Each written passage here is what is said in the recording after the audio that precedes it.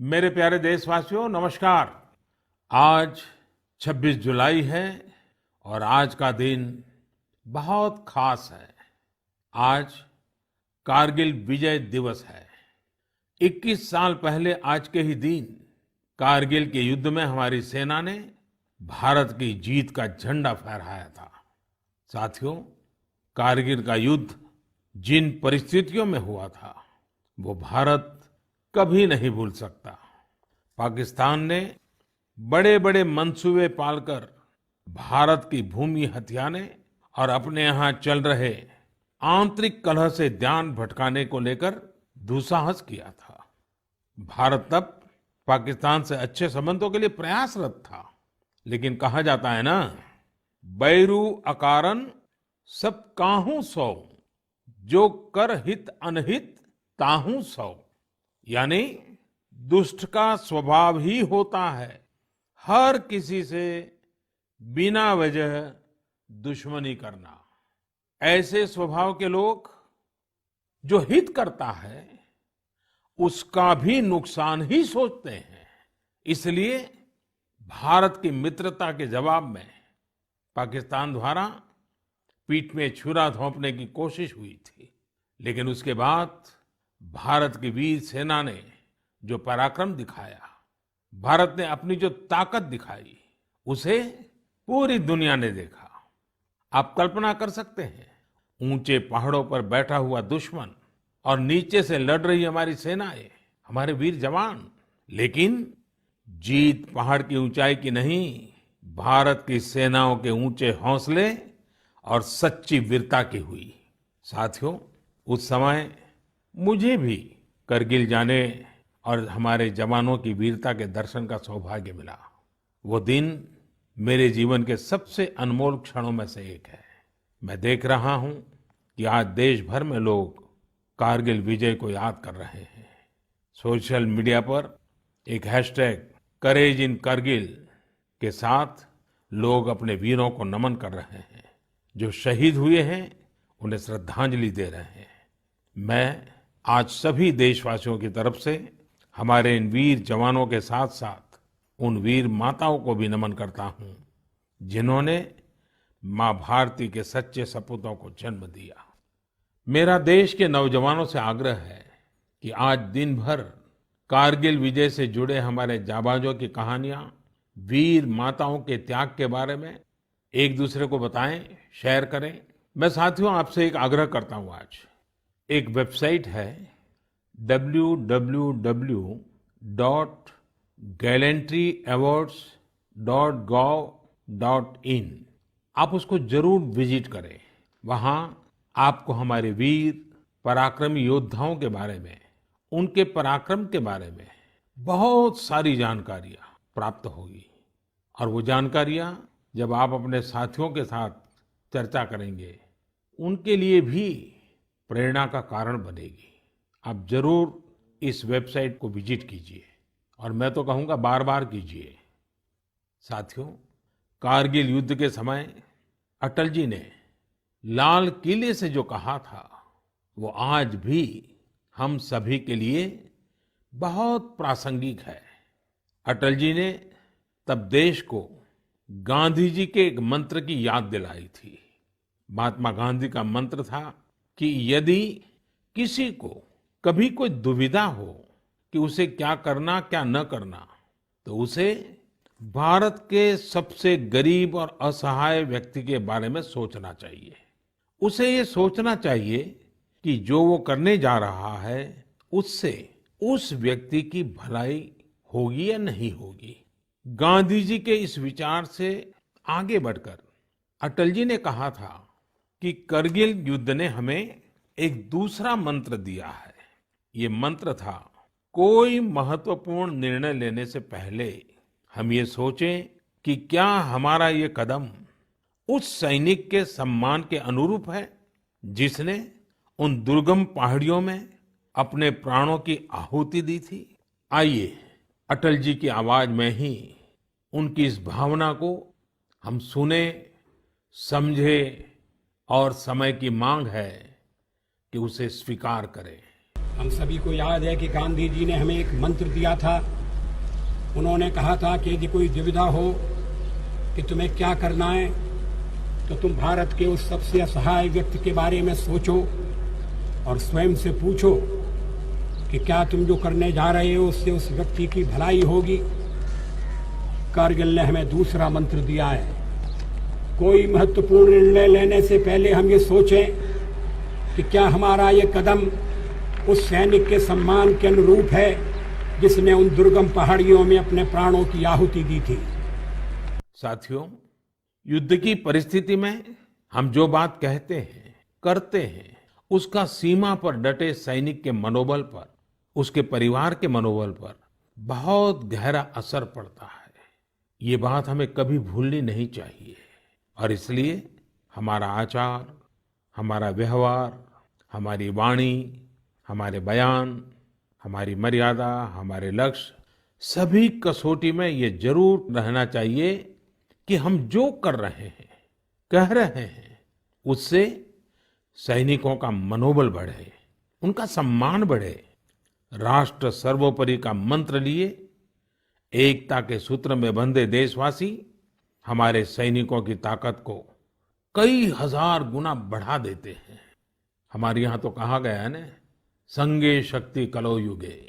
कभी कभी हम इस बात को समझे बिना सोशल मीडिया पर ऐसी चीजों को बढ़ावा दे देते हैं जो हमारे देश का बहुत नुकसान करती है।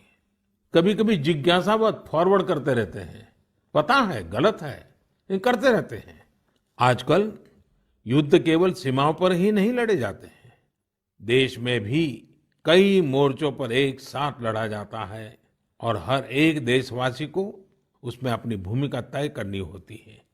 हमें भी अपनी भूमिका देश की सीमा पर दुर्गम परिस्थितियों में लड़ रहे सैनिकों को याद करते हुए तय करनी होगी। मेरे प्यारे देशवासियों, पिछले कुछ महीनों से पूरे देश ने एकजुट होकर जिस तरह कोरोना से मुकाबला किया है, उसने अनेक आशंकाओं को गलत साबित कर दिया है। आज हमारे देश में रिकवरी रेट अन्य देशों के मुकाबले बेहतर है। साथ ही हमारे देश में कोरोना से मृत्यु दर भी दुनिया के ज्यादातर देशों से काफी कम है।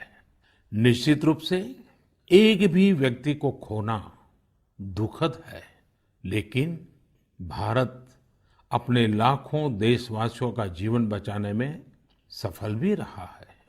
लेकिन साथियों, कोरोना का खतरा टला नहीं है।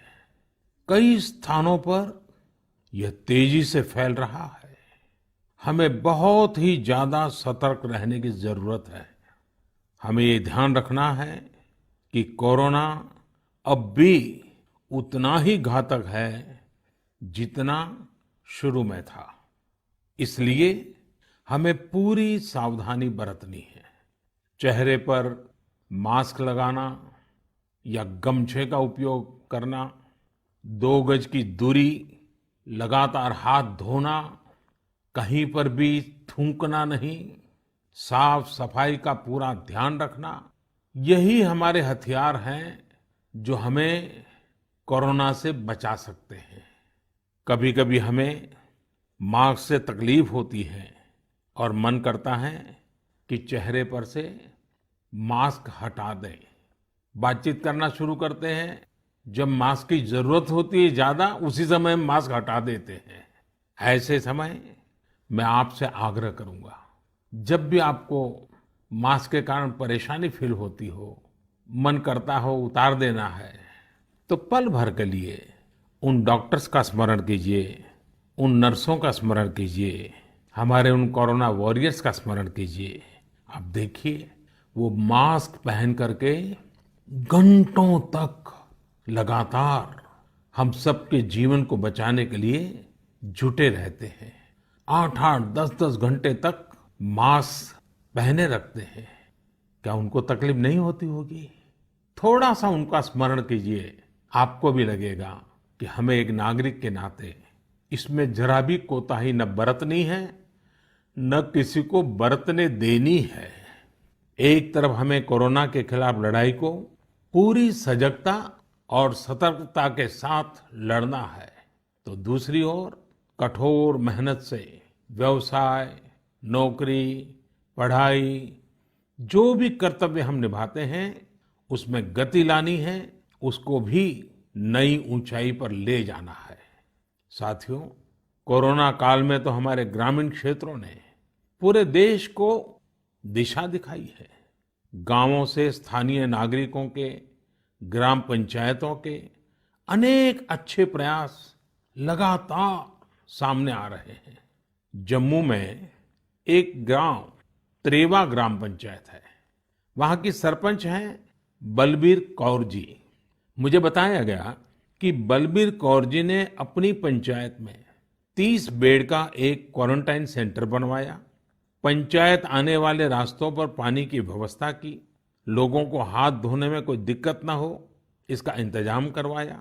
इतना ही नहीं, ये बलबीर कौर जी खुद अपने कंधे पर स्प्रे पंप टांग कर वॉलंटियर्स के साथ मिलकर पूरी पंचायत में, आसपास के क्षेत्र में सैनिटाइजेशन का काम भी करती हैं। ऐसी ही एक और कश्मीरी महिला सरपंच है गांदरबल के चौंटलीवार की जैतूना बेगम। जैतूना बेगम जी ने तय किया कि उनकी पंचायत कोरोना के खिलाफ जंग लड़ेगी और कमाई के लिए अवसर भी पैदा करेगी। उन्होंने पूरे इलाके में फ्री मास्क बांटे, फ्री राशन बांटा। साथ ही उन्होंने लोगों को फसलों के बीज और सेब के पौधे भी दिए ताकि लोगों को खेती में, बागवानी में दिक्कत ना आए। साथियों, कश्मीर से एक और प्रेरक घटना है। यहाँ अनंतनाग में म्युनिसिपल प्रेसिडेंट है श्रीमान मोहम्मद इकबाल। उन्हें अपने इलाके में सैनिटाइजेशन के लिए स्प्रेयर की जरूरत थी। उन्होंने जानकारी जुटाई तो पता चला कि मशीन दूसरे शहर से लानी पड़ेगी और कीमत भी होगी 6 लाख रुपए। तो श्रीमान इकबाल जी ने खुद ही प्रयास करके अपने आप स्प्रेयर मशीन बना ली, और वो भी केवल 50,000 रुपये में। ऐसे कितने ही और उदाहरण हैं।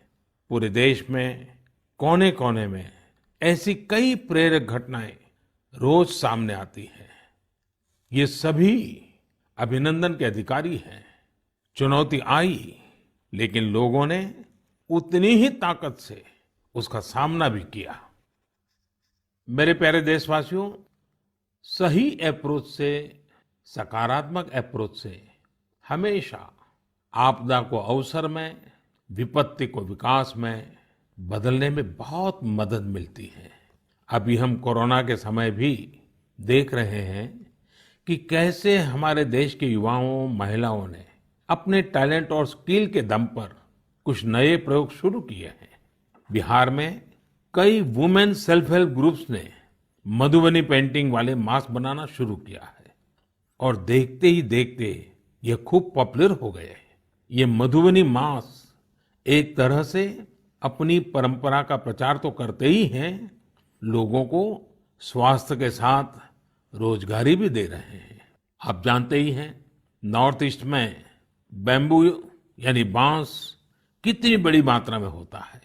अब इसी बांस से त्रिपुरा, मणिपुर, असम के कारीगरों ने हाई क्वालिटी की पानी की बोतल और टिफिन बॉक्स बनाना शुरू किया है बाम्बू से। आप अगर इनकी क्वालिटी देखेंगे तो भरोसा नहीं होगा कि बांस की बोतलें भी इतनी शानदार हो सकती हैं, और फिर ये बोतलें इको फ्रेंडली भी हैं। इन्हें जब बनाते हैं तो बांस को पहले नीम और दूसरे औषधीय पौधों के साथ उबाला जाता है। इससे इनमें औषधीय गुण भी आते हैं। छोटे छोटे स्थानीय प्रोडक्ट से कैसे बड़ी सफलता मिलती है, इसका एक उदाहरण झारखंड से भी मिलता है। झारखंड के बिशुनपुर में इन दिनों 30 से ज्यादा समूह मिलकर के लेमन ग्रास की खेती कर रहे हैं। लेमन ग्रास 4 महीनों में तैयार हो जाती है और उसका तेल बाजार में अच्छे दामों में बिकता है। इसकी आजकल काफी मांग भी है। मैं देश के 2 इलाकों के बारे में भी बात करना चाहता हूं। दोनों ही एक दूसरे से सैकड़ों किलोमीटर दूर है और अपने अपने तरीके से भारत को आत्मनिर्भर बनाने के लिए कुछ हटकर के काम कर रहे हैं। एक है लद्दाख और दूसरा है कच्छ। लेह और लद्दाख का नाम सामने आते ही खूबसूरत वादियां और ऊंचे ऊंचे पहाड़ों के दृश्य हमारे सामने आ जाते हैं। ताजी हवा के झोंके महसूस होने लगते हैं। वहीं कच्छ का जिक्र होते ही रेगिस्तान, दूर दूर तक रेगिस्तान, कहीं पेड़ पौधा भी नजर ना आए, ये सब हमारे सामने आ जाता है। लद्दाख में एक विशिष्ट फल होता है जिसका नाम चूली या एप्रिकॉट यानी खुबानी है। ये फसल इस क्षेत्र की इकोनॉमी को बदलने की क्षमता रखती है, परंतु अफसोस की बात यह है कि सप्लाई चेन, मौसम की मार जैसी अनेक चुनौतियों से ये जूझता रहता है। इसकी कम से कम बर्बादी हो, इसके लिए आजकल एक नए इनोवेशन का इस्तेमाल शुरू हुआ है। एक ड्यूअल सिस्टम है जिसका नाम है solar apricot dryer and space heater. ये खुबानी और दूसरे अन्य फलों एवं सब्जियों को जरूरत के अनुसार सूखा सकता है, और वो भी हाइजीनिक तरीके से। पहले जब खुबानी को खेतों के पास सुखाते थे तो इससे बर्बादी तो होती ही थी, साथ ही धूल और बारिश के पानी की वजह से फलों की क्वालिटी भी प्रभावित होती थी। दूसरी ओर आजकल कच्छ में किसान ड्रैगन फ्रूट्स की खेती के लिए सराहनीय प्रयास कर रहे हैं। बहुत से लोग जब सुनते हैं तो उन्हें आश्चर्य होता है, कच्छ और ड्रैगन फ्रूट्स, लेकिन वहां आज कई किसान इस कार्य में जुटे हैं।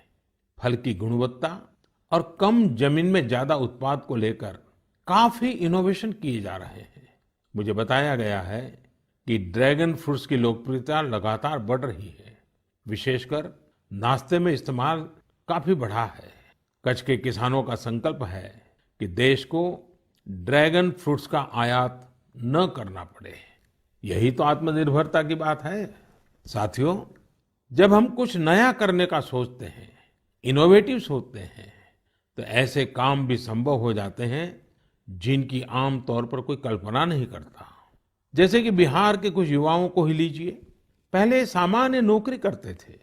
एक दिन उन्होंने तय किया कि वो मोती यानी पल्स की खेती करेंगे। उनके क्षेत्र में लोगों को इस बारे में बहुत पता नहीं था, लेकिन इन लोगों ने पहले सारी जानकारी जुटाई, जयपुर और भुवनेश्वर जाकर ट्रेनिंग ली और अपने गांव में ही मोती की खेती शुरू कर दी। आज ये स्वयं तो इससे काफी कमाई कर ही रहे हैं।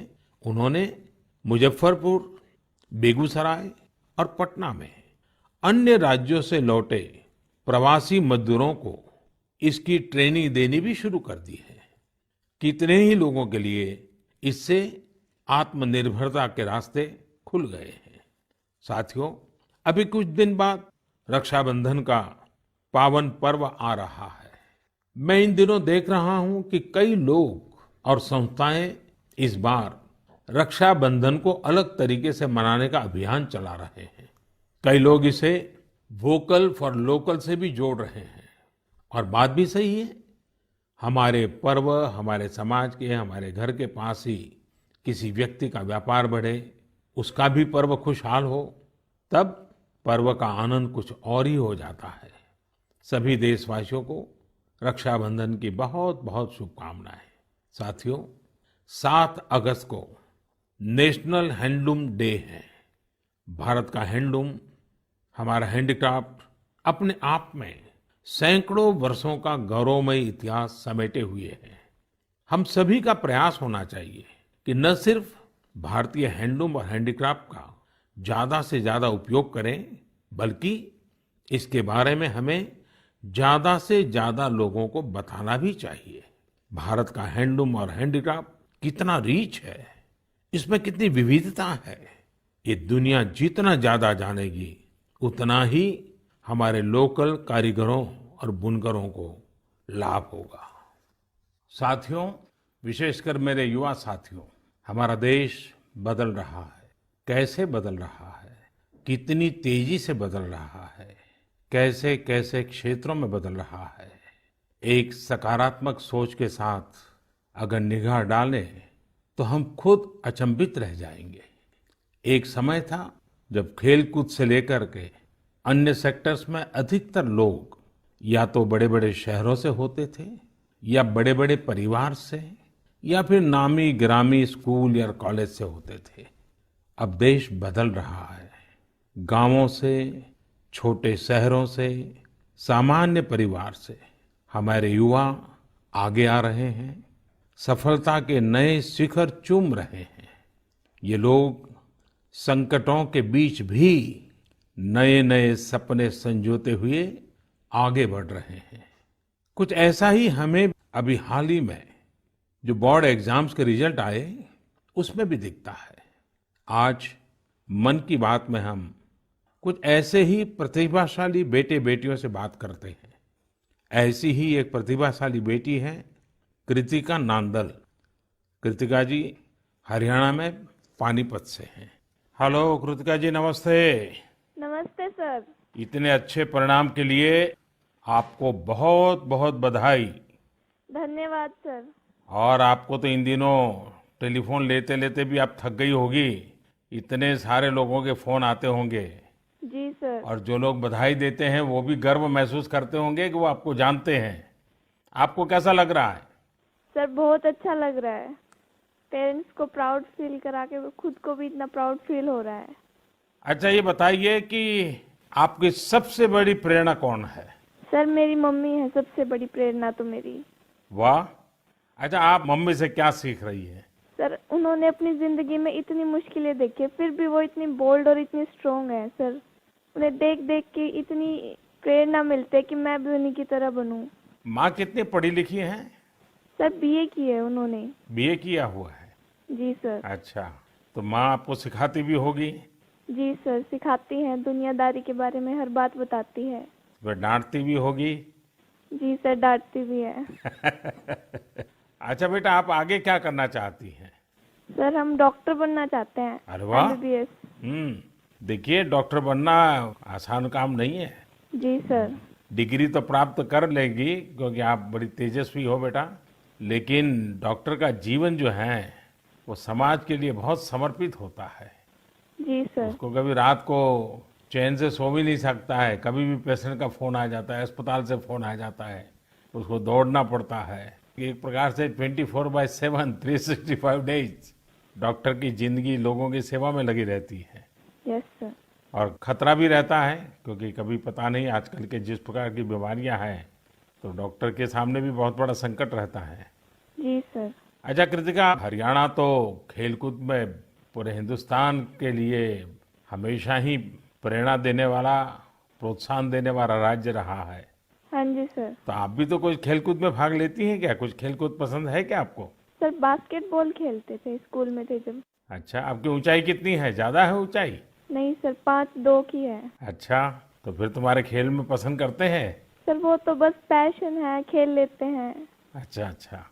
चलिए कृतिका जी, आपके माताजी को मेरी तरफ से प्रणाम कहिए। उन्होंने आपको इस प्रकार के योग्य बनाया, आपके जीवन को बनाया। आपकी माताजी को प्रणाम और आपको बहुत बहुत बधाई, बहुत बहुत शुभकामनाएं। धन्यवाद सर। आइए अब हम चलते हैं केरला, एर्नाकुलम। केरला के नौजवान से बात करेंगे। हेलो। हेलो सर, नमस्कार। So Vinayak, congratulations. Thank you sir. शाबाश विनायक, शाबाश। Thank to you how is the जोश? High sir. Do you play any sport? Badminton. Badminton? Yes. In a school or you had any chance to take a training? No, in school we have already get some training Mm-hmm. from our teachers. So thus, and we get opportunity to participate outside Wow. from the school itself. How many states you have visited? I have visited only Kerala and Tamil Nadu. Only Kerala and Tamil Nadu. Yes. So would you like to visit Delhi? Yes sir, now I am applying Delhi University for my higher studies. Wow. So you are coming to Delhi. Yes sir. Tell me, do you have any message for fellow students who will give board exams in future? Hard work and proper time utilization. Such a perfect time management. Yes sir. So Vinayak, I would like to know your hobbies. First of all, badminton. Mm-hmm. And then reading. Mm-hmm. So are you active on social media? No, we are not allowed to use any electronic items or gadgets in the school. So you are lucky. Yes, sir. Well, Vinayak, congratulations again and wish you all the best. Thank you, sir. आइए हम उत्तर प्रदेश चलते हैं। उत्तर प्रदेश में अमरोहा के श्रीमान उस्मान सैफी से बात करेंगे। हेलो उस्मान, बहुत बहुत बधाई, आपको ढेरों ढेरों बधाई। Thank you sir. अच्छा, अब उस्मान बताइए कि आपने जो चाहा था वही रिजल्ट मिला कि कुछ कम आया? नहीं, जो चाहा था वही मिला है। मेरे पेरेंट्स भी बहुत खुश हैं। वाह। अच्छा, परिवार में और भाई भी बहुत इतने ही तेजस्वी हैं कि घर में आप ही हैं जो इतने तेजस्वी हैं? सिर्फ मैं ही हूँ। मेरा भाई वो थोड़ा सा शरारती है। बाकी मुझे लेकर बहुत खुश रहता है। अच्छा अच्छा। अच्छा, आप जब पढ़ रहे थे तो उस्मान आपका पसंदीदा विषय क्या था? मैथमेटिक्स। अरे वाह। तो मैथमेटिक्स में क्या रुचि रहती थी, कैसे हुआ, किस टीचर ने आपको प्रेरित किया? जी, हमारे एक सब्जेक्ट टीचर रजत सर, उन्होंने मुझे प्रेरणा दी और वो बहुत अच्छा पढ़ाते हैं और मैथमेटिक्स शुरू से ही मेरा अच्छा रहा है और वो काफी इंटरेस्टिंग सब्जेक्ट भी है। तो जितना ज्यादा करते हैं उतना ज्यादा इंटरेस्ट आता है, तो इसलिए मेरा फेवरेट सब्जेक्ट। आपको मालूम है एक ऑनलाइन वैदिक मैथमेटिक्स के क्लासेस चलते हैं? Yes sir. हाँ, कभी ट्राई किया है इसका? नहीं सर, अभी नहीं किया। आप देखिए, बहुत सारे आपके दोस्तों को लगेगा जैसे आप जादूगर है, क्योंकि कंप्यूटर की स्पीड से आप गिनती कर सकते हैं। वैदिक मैथमेटिक्स की बहुत सरल टेक्निक्स हैं और आजकल वो ऑनलाइन पर भी अवेलेबल होते हैं। जी सर। क्योंकि आपकी मैथमेटिक्स में इंटरेस्ट है तो बहुत सी नई नई चीजें भी आप दे सकते हैं। जी सर। अच्छा उस्मान, आप खाली समय में क्या करते हैं? खाली समय में सर कुछ ना कुछ लिखता रहता हूँ मैं। मुझे लिखने में बहुत इंटरेस्ट आता है। अरे वाह, मतलब आप मैथमेटिक्स में रुचि लेते हैं, लिटरेचर में भी रुचि लेते हैं? Yes sir. क्या लिखते हैं? कविताएं लिखते हैं, शायरियां लिखते हैं? कुछ भी करंट अफेयर से रिलेटेड कोई भी टॉपिक हो उस पे लिखता रहता हूँ। नई नई जानकारियां मिलती रहती हैं, जैसे जीएसटी चला था और हमारा नोटबंदी, सब चीज। अरे वाह। कॉलेज की पढ़ाई करने के लिए आगे का क्या प्लान बना रहे हैं?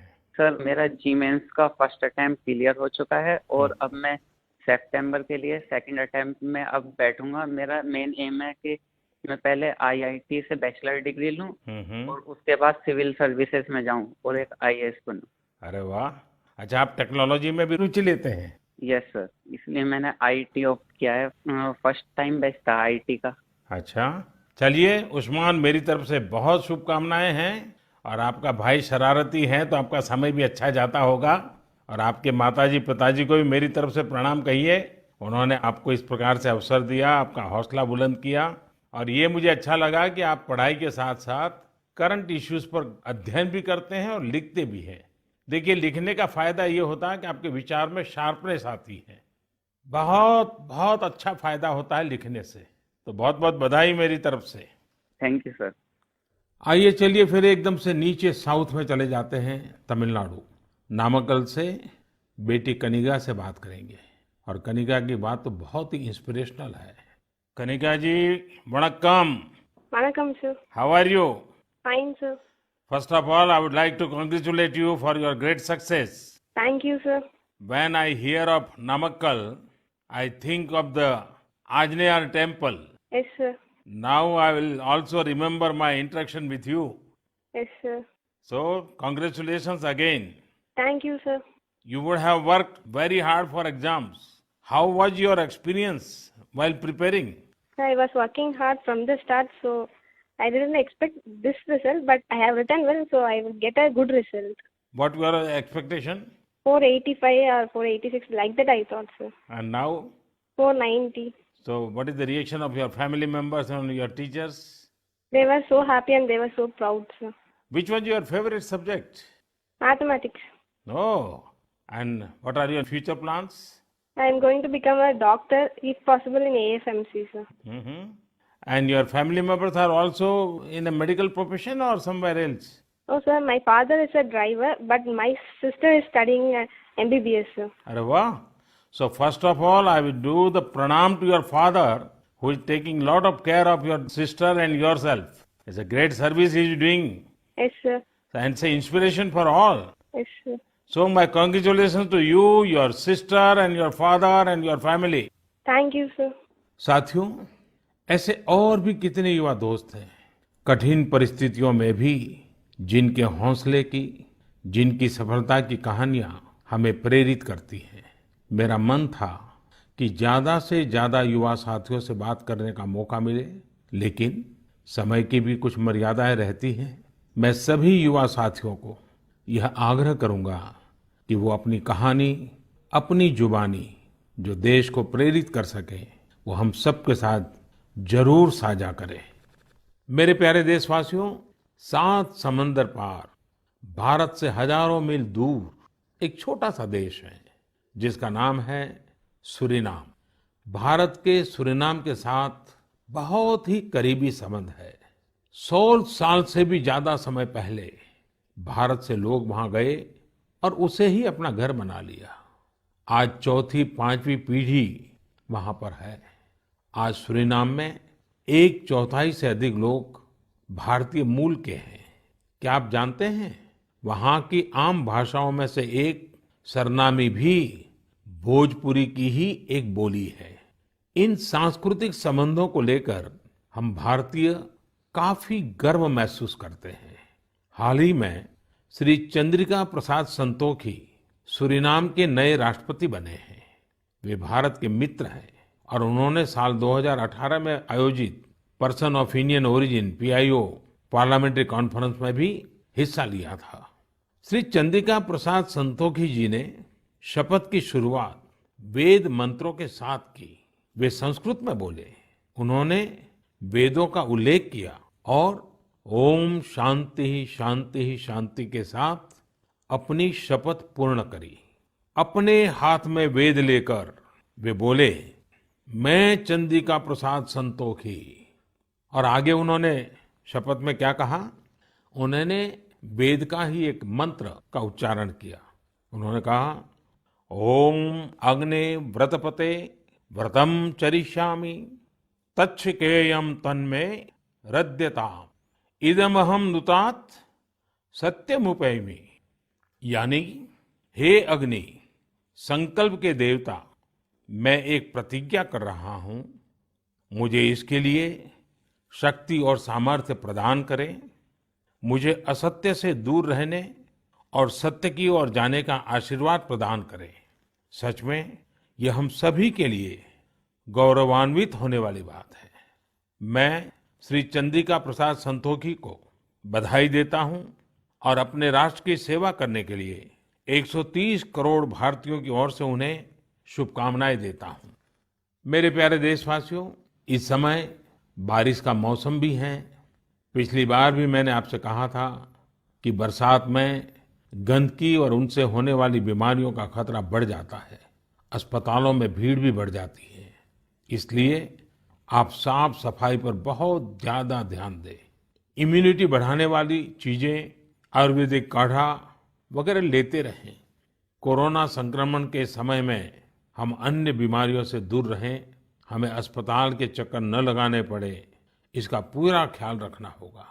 साथियों, बारिश के मौसम में देश का एक बड़ा हिस्सा बाढ़ से भी जूझ रहा है। बिहार, असम जैसे राज्यों के कई क्षेत्रों में तो बाढ़ ने काफी मुश्किलें पैदा की हुई है। यानी एक तरफ कोरोना है तो दूसरी तरफ ये एक और चुनौती है। ऐसे में सभी सरकारें, NDRF की टीमें, राज्य की आपदा नियंत्रण टीमें, स्वयंसेवी संस्थाएं सब एक साथ मिलकर जुटे हुए हैं। हर तरह से राहत और बचाव के काम कर रहे हैं। इस आपदा से प्रभावित सभी लोगों के साथ पूरा देश खड़ा है। साथियों, अगली बार जब हम मन की बात में मिलेंगे, उसके पहले ही 15 अगस्त भी आने वाला है। इस बार 15 अगस्त भी अलग परिस्थितियों में होगा। कोरोना महामारी की इस आपदा के बीच होगा। मेरा अपने युवाओं से, सभी देशवासियों से अनुरोध है कि हम स्वतंत्रता दिवस पर महामारी से आजादी का संकल्प लें, आत्मनिर्भर भारत का संकल्प लें, कुछ नया सीखने और सिखाने का संकल्प लें, अपने कर्तव्यों के पालन का संकल्प लें। हमारा देश आज जिस ऊंचाई पर है वो कई ऐसी महान विभूतियों की तपस्या की वजह से हैं जिन्होंने राष्ट्र निर्माण के लिए अपना जीवन समर्पित कर दिया। उन्हीं महान विभूतियों में से एक है लोकमान्य तिलक। 1 अगस्त 2020 को लोकमान्य तिलक जी की 100वीं पुण्यतिथि है। लोकमान्य तिलक जी का जीवन हम सभी के लिए बहुत बड़ी प्रेरणा है, हम सभी को बहुत कुछ सिखाता है। अगली बार जब हम मिलेंगे तो फिर ढेर सारी बातें करेंगे, मिलकर कुछ नया सीखेंगे और सबके साथ साझा करेंगे। आप सब अपना ख्याल रखिए, अपने परिवार का ख्याल रखिए और स्वस्थ रहिए। सभी देशवासियों को आने वाले सभी पर्वों की बहुत बहुत शुभकामनाएं। बहुत बहुत धन्यवाद।